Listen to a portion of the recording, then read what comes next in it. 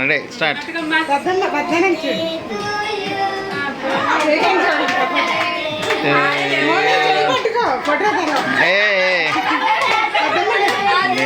Happy birthday.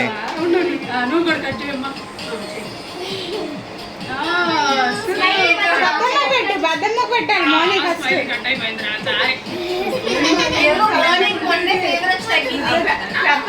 కొంచెం కాదు morning మొన్నే ఫీవర్ తగ్గింది నోకే నోకే